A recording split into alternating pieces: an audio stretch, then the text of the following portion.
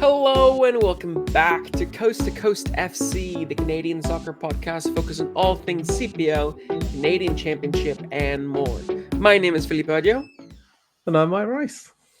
And today we're talking about week 2 of season 7 of the Canadian Premier League. Not as many games as in week 1. There was a couple of teams that did have buys this week, so only 3 instead of the regular 4, but still there's plenty of action, plenty of goals, plenty of moments to discuss, and we'll see if we can get another rant at the end from myself on a certain team that I'm close to. But before we dive into all of that, remember to follow us on all of our socials at Coast to Coast FC, as well as finding us on YouTube under the same name to see the visual side of the podcast.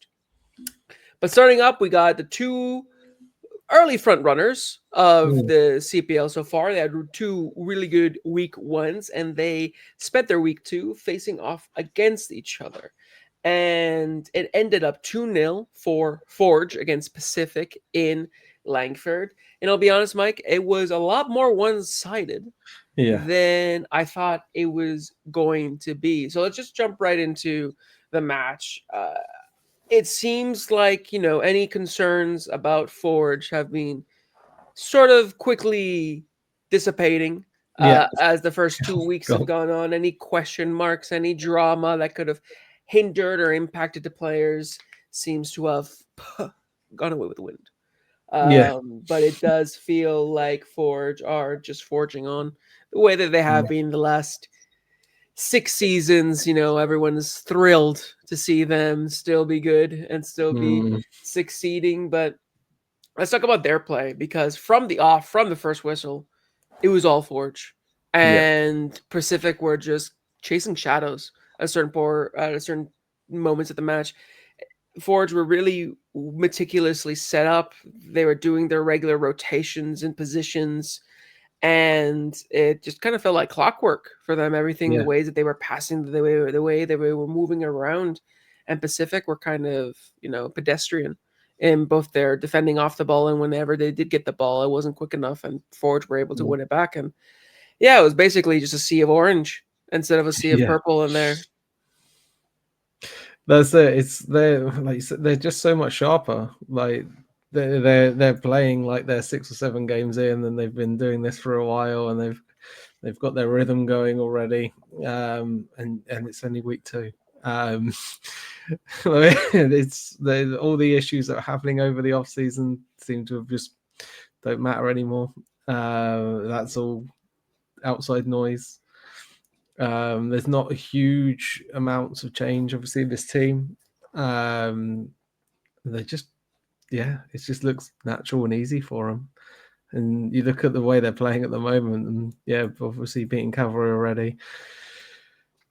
Pacific are still, they're not a title challenging side probably at the moment, but we thought they'd at least got a good bit of momentum from that win against Valor. Obviously, Valor were poor in that game, so we were curious as to what they do. But Forge, it didn't matter. I think Bobby said before the game, it's like we know that Pacific are going to want to try and dictate the game, and they're going to try and want to dictate possession.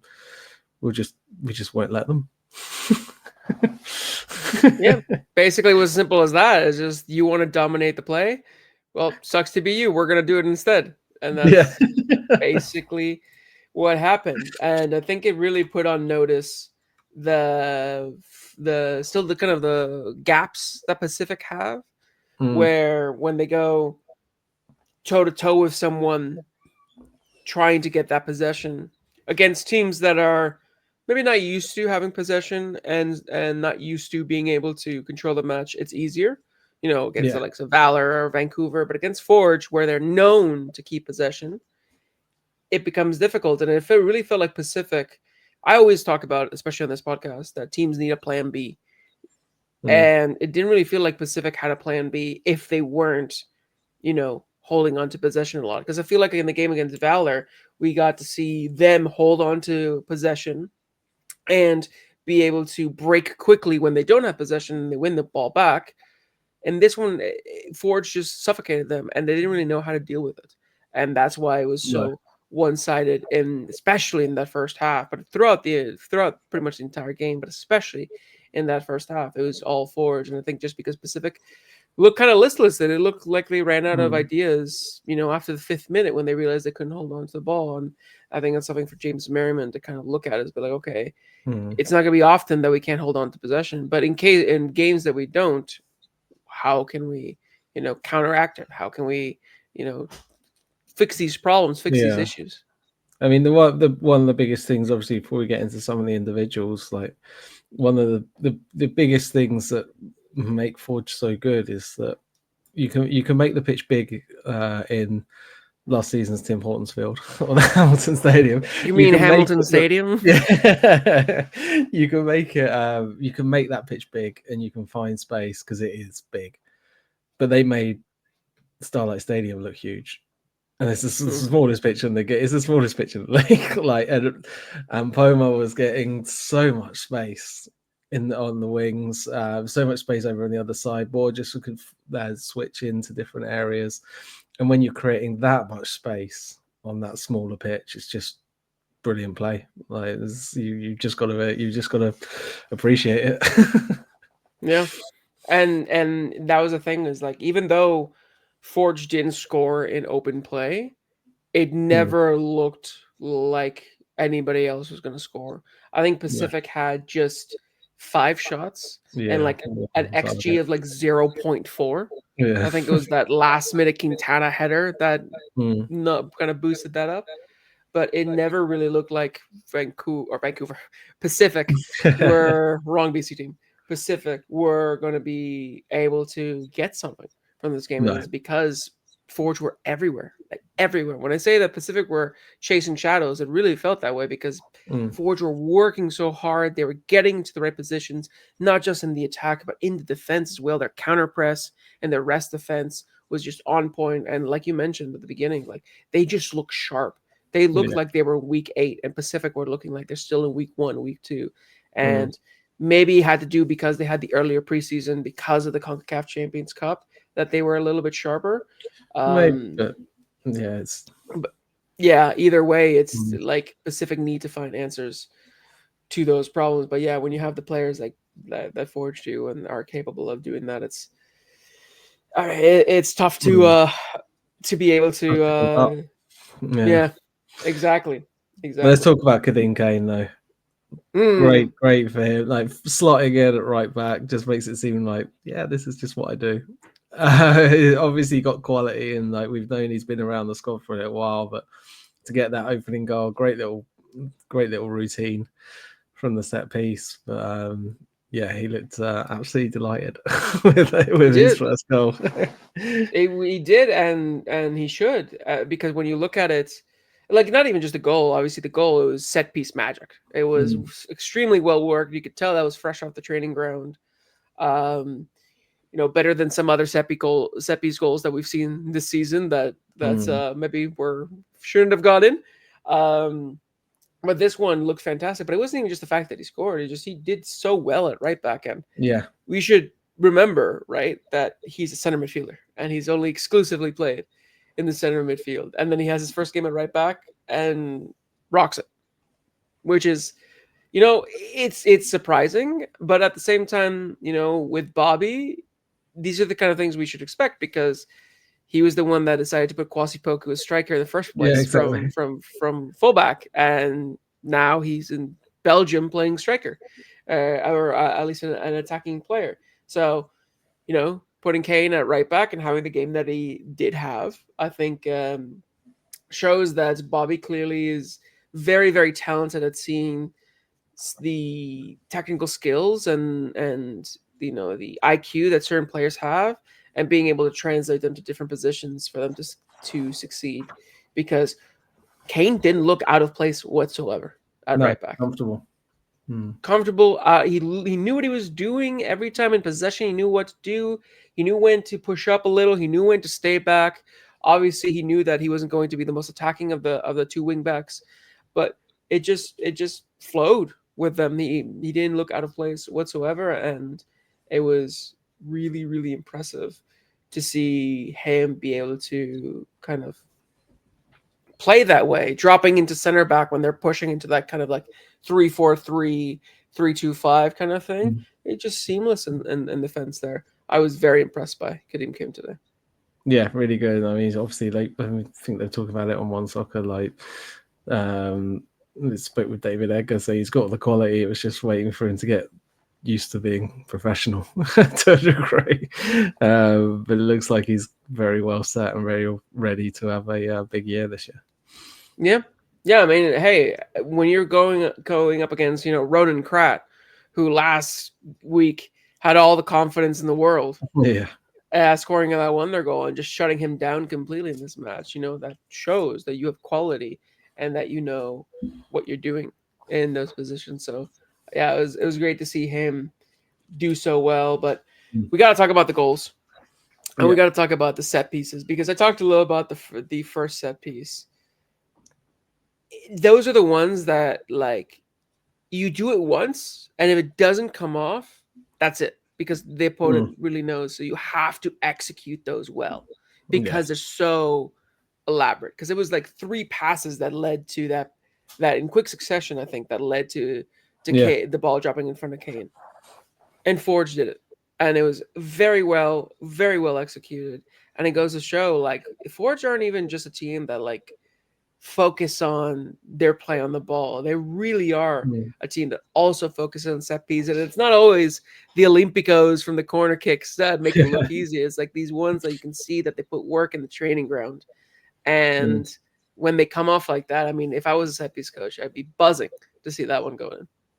Yeah, no, it was great. That will go a bit wide. Yeah, like I say, if you cross back and forth across the box, wasn't it, for that one? And then obviously Ashnodi Johnson gets that near post header that flicks in. The power they managed to great delivery from Tristan Borges, where Ashnodi Johnson doesn't really have to do much, just divert it, which is obviously a very skill in itself. But the pace is already on it. Like, they know what they're doing straight away. And Max Anker's been really impressive in these 2 games that he's played. It's coming to Pacific, but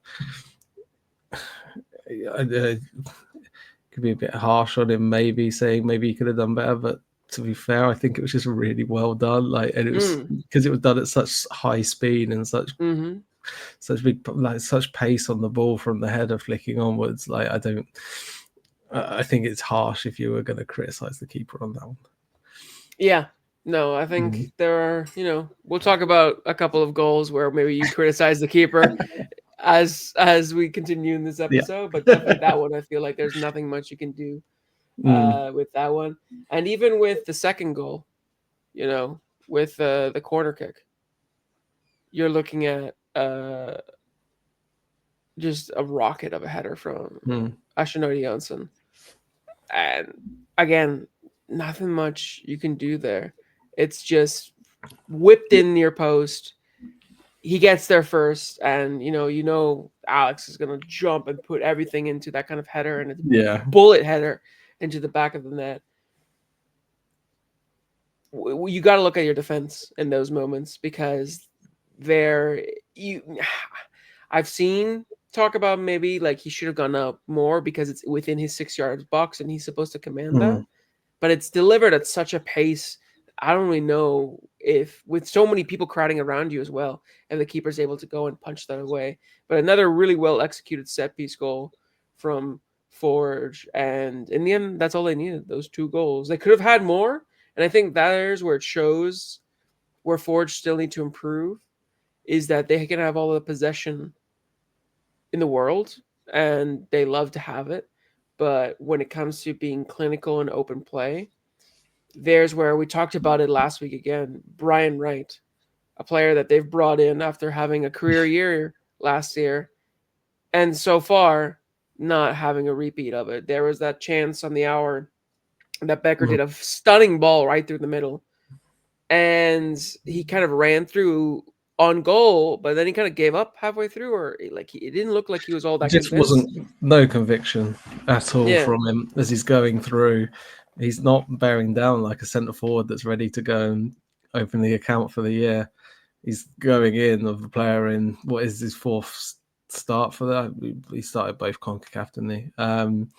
fourth start of the season, and he doesn't look like he's confident.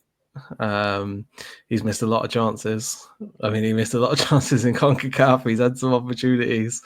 So when he was played through, he didn't seem like a confident striker gets their body in front of the defender. He seemed surprised that he got his body in front of the defender and he was running through, which then led to it going wide. Exactly. And I feel like when you're looking at a striker, one that is deserving of playing for a team like Forge, because Forge works so hard, you need a striker that works so hard. You need a striker that's willing to bust along to make those runs in behind every time because of the space he can create in case there's a ball that drops, in case a wonderful pass like that one comes through. I don't think he was expecting that one to go through, and I think that was his issue, is that it didn't look like he believed that actually was going to drop for him until it was too late, and by that point he couldn't catch up to it, and then it had to go wide, and he managed to cross it back in, and then Becker had that really good shot that smashed off the crossbar. So it almost came up to something, but that for me was just kind of like an example of like it's not really there yet for him. And no, I don't know, like it might not be an issue for Forge. They might just find scores in different positions. Yeah. I think for Forge as a whole, I don't think the issue's there at all. It's strikers going there. You've got to accept the fact that and this is not specific to Forge at all. Like you can see examples at the top, like at the top of the game with like Haaland and you centre forwards in certain situations, and Forge seems similar. They're there to move the defenders around and create the space for those three attacking midfielders. And if you're a striker, like you have to accept the fact that probably Brian Wright is not going to have many chances each game. He's not going to get many touches of the ball. Nowhere near what maybe he'd want, or what an outsider looking in on the game would expect a centre forward to have. But he's there to move those defenders around so that when Tristan Borges or Babuli or Poma in this one get the ball, if they're cutting inside, there's space. And a lot of his work's going to be moving defenders for other people. It's completely selfless, and that's hard for a striker because strikers are selfish. They want goals. So it takes a specific kind of person. I don't know. The fact that he's not that confident when he gets the chances now kind of tells me that he probably wants more, and he's not going to hit many goals. He's not going to get many because he's not going to have many chances, and he's going to squander some. Yeah. And like you mentioned, that's not an issue that's just exclusive to Forge. A lot of teams have it. You could even say Pacific today had a similar thing where their number 9 and Josh Hurd, we talked about how well he performed last week. This week, worked hard, but didn't really get to do much. There was that one chance that he got where he tried to put it past Koilala, but he just ran out of pitch before he could turn it in. That was like Pacific's one big chance really in the game. But beyond that, he really didn't have all that much that he could do. He was kind of out of it, and you could see him trying to work hard to get involved with the play, but it just really wasn't working out for him. No. And I think that Josh, he's doing the best that he can, and clearly he's been impressing enough for him to get repositioned into that striker role.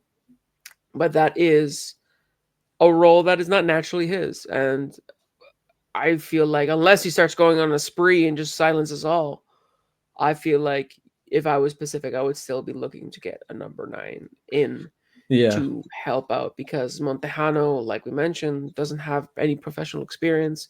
Josh Hurd is a winger turned striker. So there's a gap there. Yeah, and if it's the fact that they can't find one that they truly believe in, I mean, strikers cost more money usually. Cool. So I get that.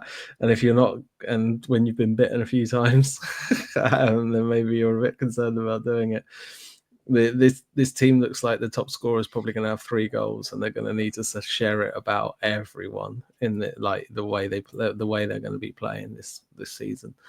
because Hurd will run and push and jump and do, like, he won't stop. I'll give it that. Like, you can never question his dedication in the game towards like putting in the effort, but he's not an out and out number 9 with a history of getting regular goal returns on his opportunities. So, and that's not, and the fact that he's in that 9 doesn't mean he has to all of a sudden change his entire. You shouldn't expect him to change that. Like, you just have to accept the fact that it's going to be a big team effort from Pacific when it comes to goals, and they're going to have to see what they can do with that. Yeah, I think that's probably what they'll need to do. And one player that I think also had a pretty decent game for Pacific, given that it was so one-sided, was Marco Bustos. He was a player that tried to get more actively involved and looks like one of the more dangerous players for Pacific. I feel like if they can't get that number 9 in, if they can focus the attack to revolve around Marco Bustos because he's so talented, because he's creative, because he's technically gifted, then maybe that is an avenue that they go by and have the focus sort of be on him being that creative outlet, that danger man, and then have players in and around him that can finish off the chances that he's creating. That might be a viable solution for them, but you always risk, Definitely. if he gets shut down, what do you have? If he relies so heavily on one player. One thing I'm kind of excited for, it's not a nailed on, this will change the club's future, but when Ali and Dom gets ready to get back on that pitch, if he can be anywhere near what he started off. I mean, when he started his career at Pacific, he was playing centre back, but he was all over the pitch, and he was all action, and he was creative, and he was exciting. He's had a really long layoff, so I still don't know what kind of player is going to come back, because it's hard. Like, coming off that longer injury, like any player would say, like, and we've seen history of players who are completely different when they come back from a year out. But if he can show anything near what he was doing in those opening games before his injury, there's someone who can get the team moving and and do something exciting that might get this team going again. Yeah, and I think that he adds so much to the team, not just defensively, but even in build-up play and everything. I think, once he gets back, I think Pacific will look that much better in going ahead to the season. But now let's move on to the second match of the match day, and this was the match between Halifax in York against York. And what would you know, Mike? We didn't have to wait 7 or 8 match days for Halifax to get their first win of the season. And it came away from home, breaking both narratives, breaking both curses for Halifax. This win for them, I am certain, means so much more than what it would have been for other teams, given the history that they have, especially in the manner that it went, because it was a comeback victory from Halifax. They were 1-0 down against York in the first half, in the first bit of the first half, but then they came back, drew 1-1 shortly before halftime, and then 2-1. They won in the 80th minute thanks to a goal from Thiago Coimbra. But it's a miracle, I think, Mike, to be able to say that Halifax got all 3 points, and for Thiago Coimbra, and it's only April. And it's only April, and it's not June. Could you believe it?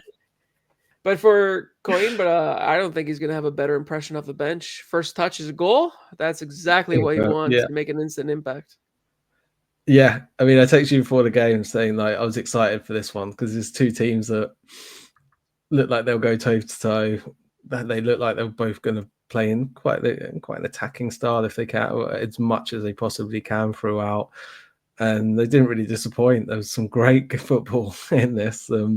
Got very, very testy. I mean, we've got a brand new rivalry, I think, kicking off between these two sides from this game. I mean, Provo and Leon are enjoying each other's company very much throughout the first half, especially. Feisty. Yeah.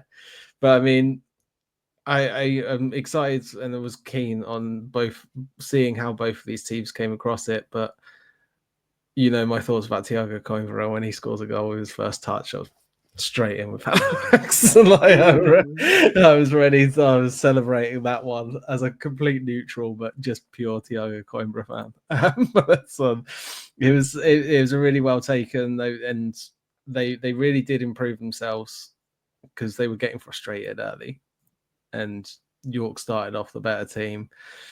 But guys made the changes, and he got things. He did what he could, and they've obviously had a plan for how, like, your starters and your finishers and who to bring on in certain positions and certain times of the game, and it worked for them. I'm still not sure how they're working with the defense.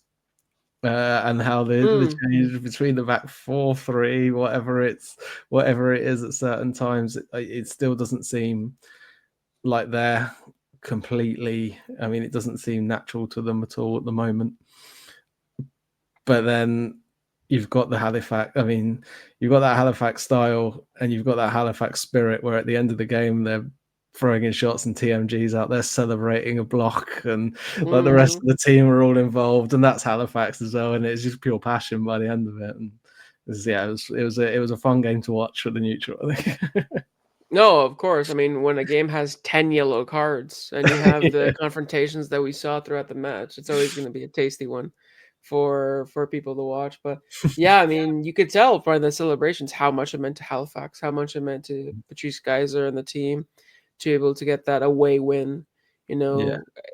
Ever since Geyser's come in, he's been waiting to get those early points on the board, and he's had to contend with consistent draws and consistent losses. Now, second time of asking in this season, and he gets 3 points. And I think he'll be proud of the character of his team too, because if we're honest, similar to the Forge Pacific game, it was all York at the beginning for pretty much the entire first half. Maybe there was a half chance for Timoteo at the end of the first half for them that looked like they may be turning the tide, but it was mostly all York United in the first half. I think that even though Halifax had more possession, it was York that were doing more with it and were creating a bit more chances. Halifax really struggled to create chances, I think, in that first Yeah. half, especially. And York York only had 6 shots, 4 on target. Like, it wasn't that they ran away with it, but they looked the more competent side in that first half. They looked the side that had a better understanding of their plan in the first half, and it really did flip in the second half. Yeah, and you saw the momentum that they got from that away win against Vancouver translating into this one. You saw Halifax in the early stages trying to still figure out how to attack, like you mentioned, and it didn't help that Halifax went down after a bit of an odd goal, a nice little flick back by really good from Reed.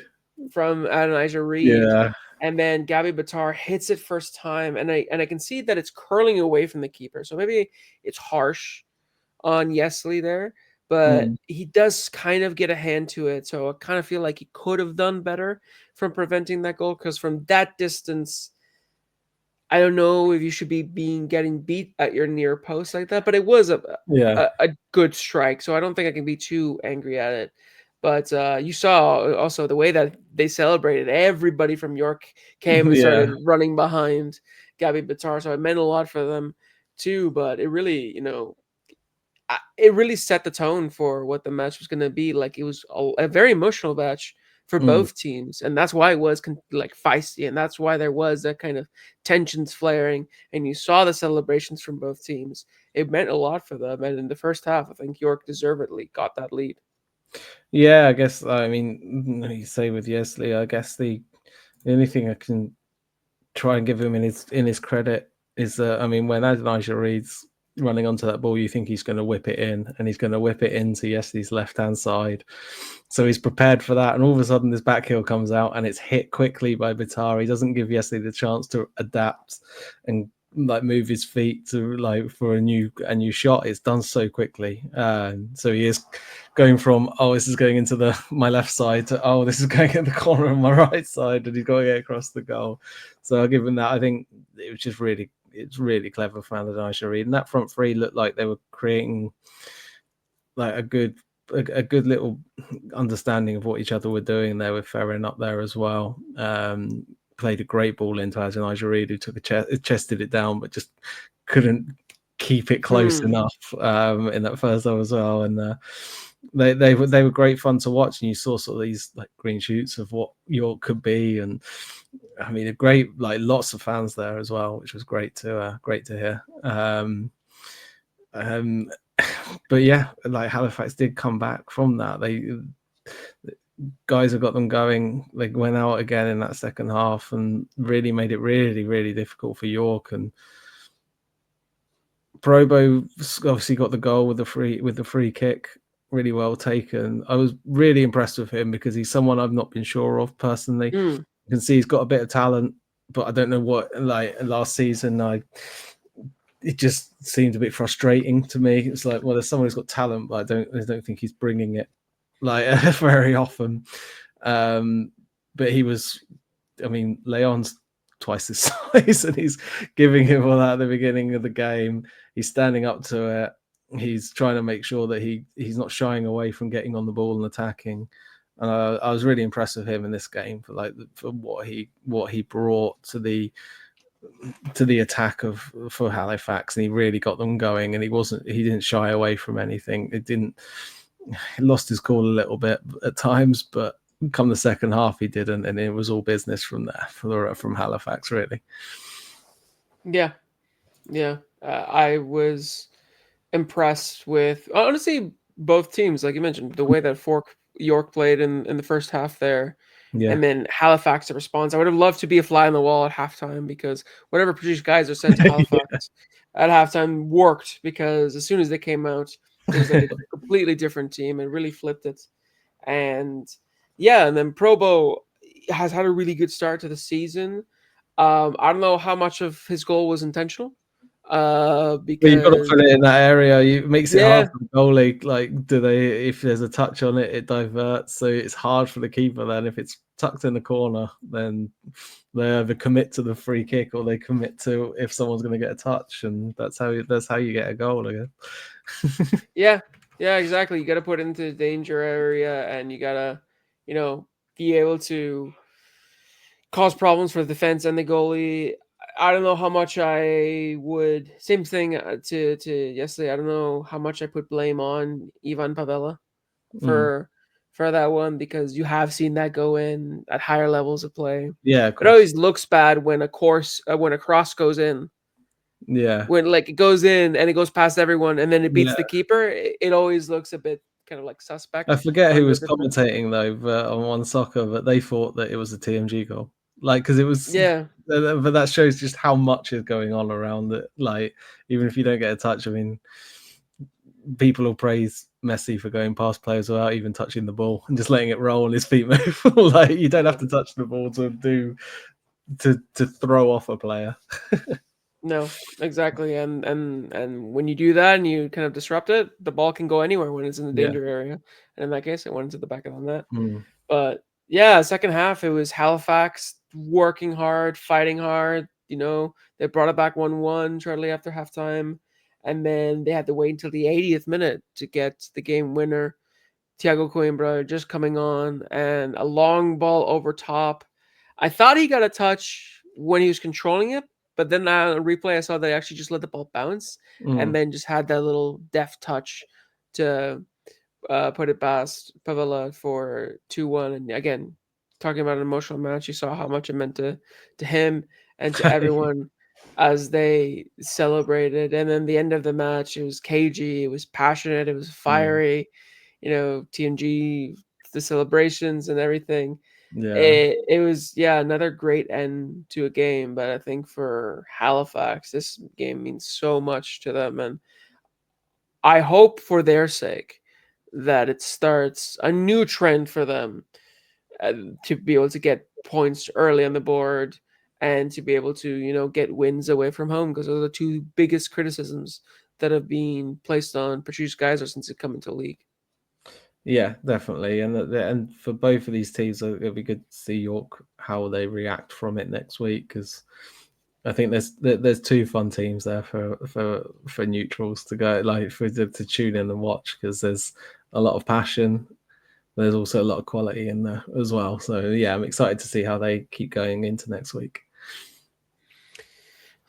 But now, let's move on to our third and final one of the match day, since we didn't have four.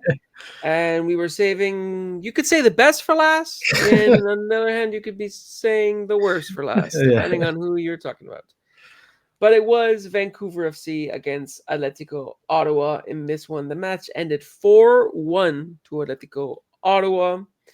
This match, despite being in Langley, I actually wasn't able to go to this match for this, because I was at my own soccer tournament. And I'm almost convinced that I saw better play there in some regards than there was in the Vancouver game. Quite probably.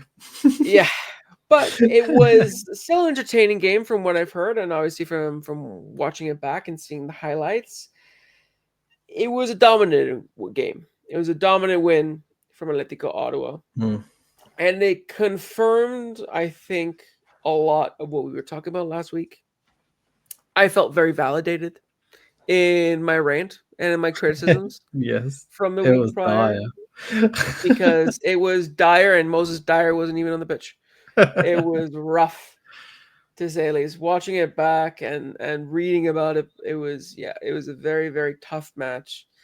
And here's the thing, when even Callum Irving starts to make these silly mistakes, what hope do you have for Vancouver? I mean, the best I can say is at least it wasn't 7-0. And he had a hand in that too. He was the reason why it wasn't 7-0 as well. Yeah, at least, yeah. I mean, Valor's performance last year against them away from home, to be fair, was woeful. But the actual quality of how Ottawa didn't score more is beyond me, and probably beyond Sam Salter, who missed a hatful of chances in this one as well. Yeah, Callum Irving, made a few great saves, but when he's making mistakes as well, you look at, like you say, you look at the rest of the team in front of him, and they're not gonna make up for his mistakes. He's making up for all theirs. So we're in a very different pace. They look so slow. I think it was one when Salter had like a couple of chances that were closed down, but the ball had previously gone. It was a deep cross that had been overhit, and Paris G had time to go and get the ball, clear the ball, was so slow in it, and just turned it over. And he looked like a player who'd aged 5 years this offseason, like in comparison to what he had been. Gunnar Dadalute isn't a dominant fullback in this team at all. Like you've got players running at him. He doesn't look like he can force anything happening. He looks a little bit confused as to what his role is in this team. And they're two of your experienced players straight away that aren't performing. The rest of them are either not in the game whatsoever or performing poorly. The only player I could find in that game, which I could probably give a little credit to, was Elijah Barr, but his end product is awful.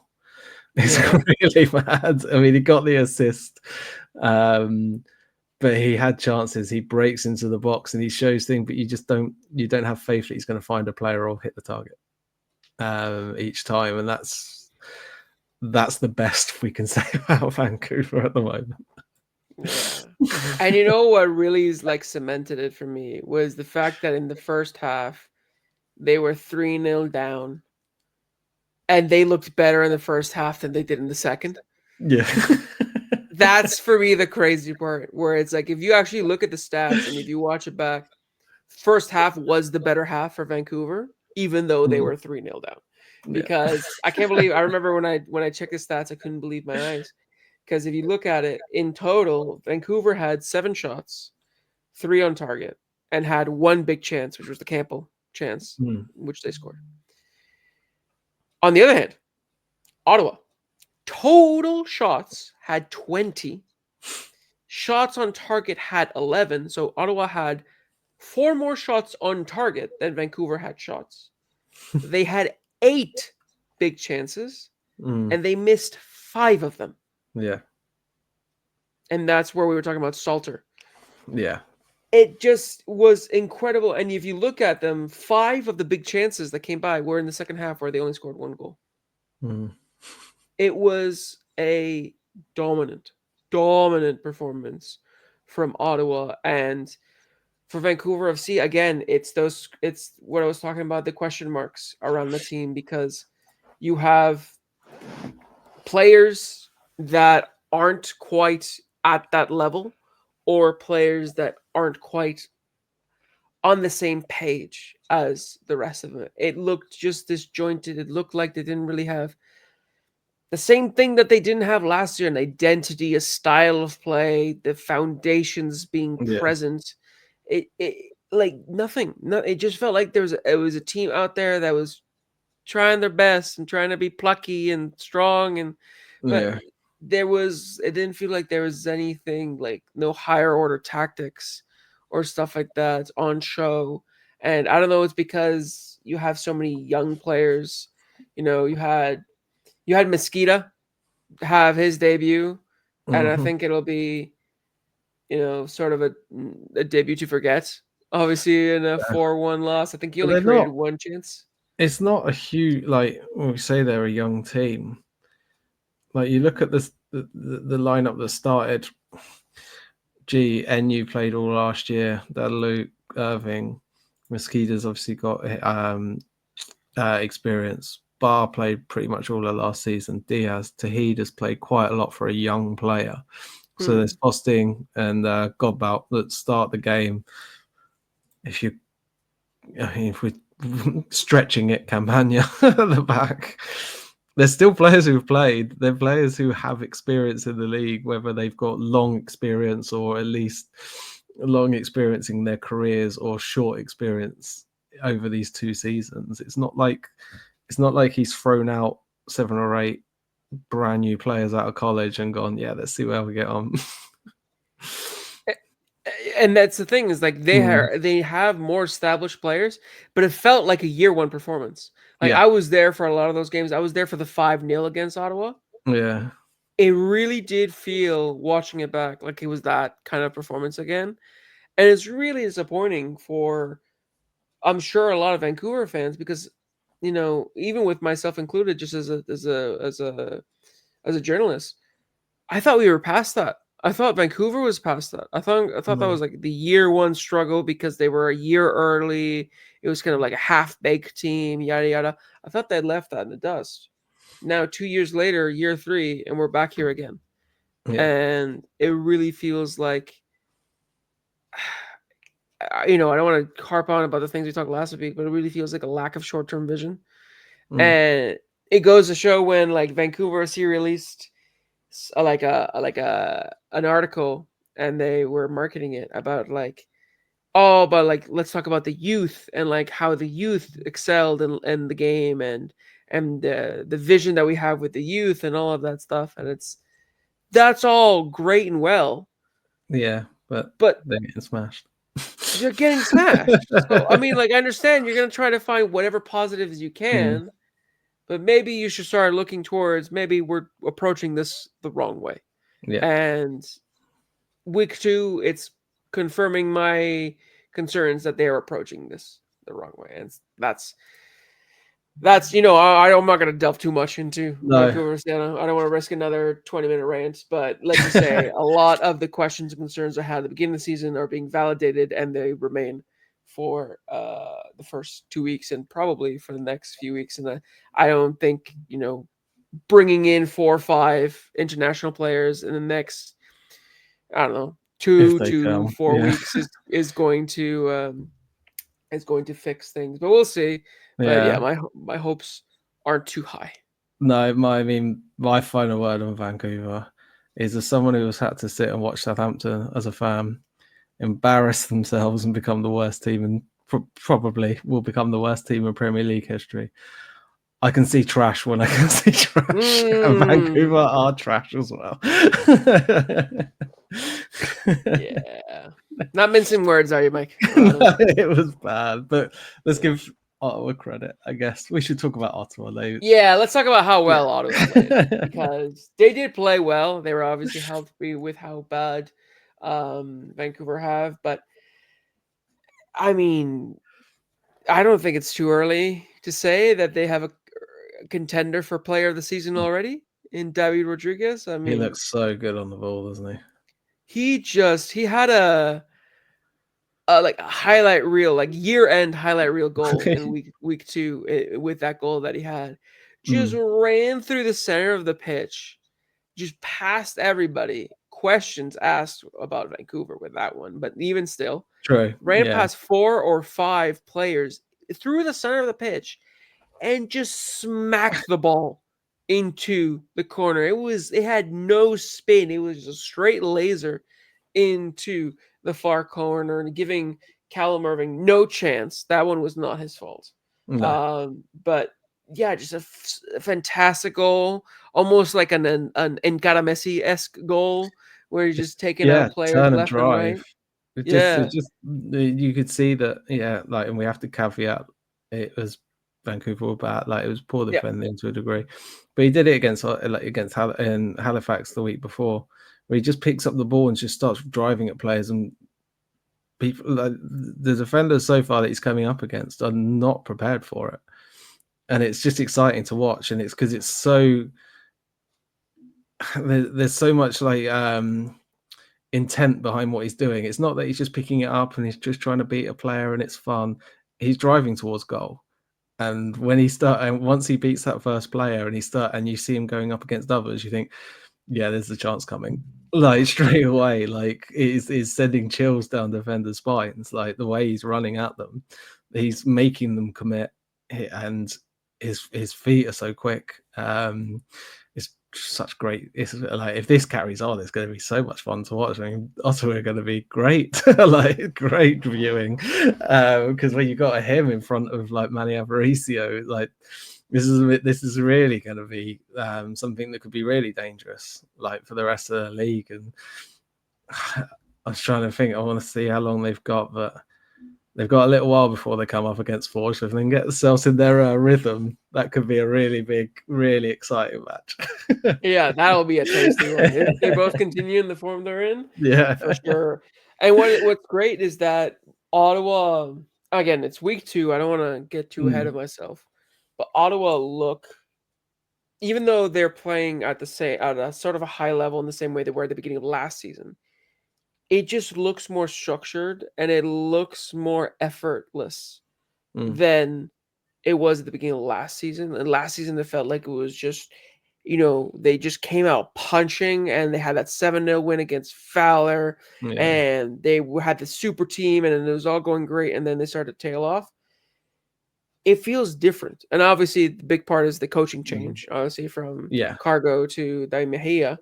But beyond just the name, I also feel like the culture and the structure and the system that Ottawa are playing, it just feels cleaner. It just feels like it's less. I don't know. It feels like it's less reliant on individuals, and it's more about the team. Even though they have an individual like David Rodriguez running the show, even still, it still feels like everyone's getting involved and everyone is doing their part, rather as a team, as a unit, rather than last season where it kind of felt like it was 3 or 4 players that popped up and just got a bunch of the goals and it looked great. But as soon as those players maybe weren't in form or weren't feeling it, there's where the team suffered. This Ottawa looks like a better collective than the Ottawa from seasons past. Yeah, I think the managers obviously, Cargo was trying to be attacking when he doesn't want to be, whereas this manager seems like this is his identity of what he wants his team to be. I guess we have to remember to be careful. Obviously, we were careful with Pacific last week beating Valor, and we're like, let's see how they come on against a bigger team. But it's very exciting. I think the same we have to do with Ottawa in this one, because Vancouver were terrible. And then if you look back to last week, when Aparicio and Didic weren't on the pitch, they struggled. True. Yeah, so there are, if, and hopefully it doesn't, but if injuries happen or suspensions happen to those two especially, are they able to provide that platform for some of those players? Like David Rodriguez, like Emma Dos Santos had a really good game as well, and most players did. Great goal, fantastic finish. That one, no chance for Callum Irving as well. Yeah, so we'll see. Yeah, like if there's that concern, I mean, there's not many players like Manny Aparicio in the league. Like, so I get that it is always going to be a bit of a drop off if he isn't available for matches. But that's one thing to bear in mind, and I guess the other one is if Sam Salter can actually get going as a striker properly, as a goal scoring striker. That's still, a little bit of a worry, I guess, that they need to work out. But otherwise, this is looking really, really exciting. Yeah. I feel like, Sam is going to get those opportunities, Sam Salter. And when he does finally put one of those away, it'll be easier for him. I think goals will kind of start rolling. But yeah, either way, as long as they're getting into those positions, as long as they're creating those chances, I think David Mejia will be happy, because that's the hardest part. It's afterwards where it's just kind of like you got to just kind of hope that your strikers put them away. But yeah, I mean, barring the goal that Campbell had, where it was just kind of like they weren't really set up properly for when the ball bounced back, it was pretty much a perfect game for them. And I think David Mejia will be quite content with the way they played there. We'll be a little bit disappointed that Mir Didic kind of got a pointless yellow. But aside from that, it was a pretty solid match, and I'm excited to see where Atletico Ottawa can go from there, because they look really, really strong. And David Rodriguez, man, if he continues this form, he's going to be very quickly most people's favorite player to watch.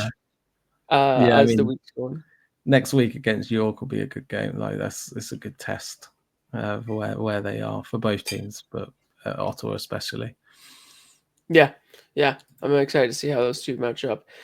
And then last note, I guess we can talk about with Vancouver, just kind of like looking forward. The one silver lining they had was Terran Campbell got 40 goals in the CPL, which is great for him as a leading top goal scorer. I'm sure he would have wanted that record to be broken like a year or so ago, but he had a bunch of injury issues that we talked about earlier this year, and now he's got it, and hopefully it can kind of be that moment for him to kind of kick on, because boy, do Vancouver FC need that, because I don't even know where else really like they'll be able to get the goals aside from him and Weddle Diaz. So both of them need to kind of step up and start to get those chances, because I don't know how many they're going to get, and I don't know how much they're going to catch up to, but those are the ones that they'll want to do. So hopefully, it kind of gives them a bit of a platform to build on. Yeah, and it's important for him to get up and running early. Like, despite the results, for him personally, like to get out on the pitch and put a goal away early on, and you're not waiting for days and like for match after match to get your chance to get a goal. It is big for a striker. Like, get that first goal done and then push on. And especially for someone who's come off of such a bad injury and in and out of Forge at the end of the season last year and not really getting the opportunities. That would be huge. The most hilarious thing though is them playing Living on a Prayer when he scores. And it really does just sum up Vancouver. Very apt, because that's what the fans are living off of right now. Prayers and hopes and miracles. Oh boy. I couldn't believe what I was hearing. Yeah. It's going to be interesting to see how the season unfolds for Vancouver FC. And rest assured, we'll be here week in and week out dissecting it. Talking about. Hopefully it turns. I don't see it turning anytime soon, but at least there'll be plenty to chat about and a bunch of content to create from it. But that is it for this week. Thank you so much for listening to this week's podcast episode. Make sure to follow us once again on socials at Coast to Coast FC so you can let us know how much you enjoyed the episode, how much you enjoyed week 2. If you think our takes were good, if you think some takes were bad, let us know. We would love to hear from you. But until next time, I'm Felipe Vallejo. And I'm Mike Royce. And this has been Coast to Coast FC. Signing out.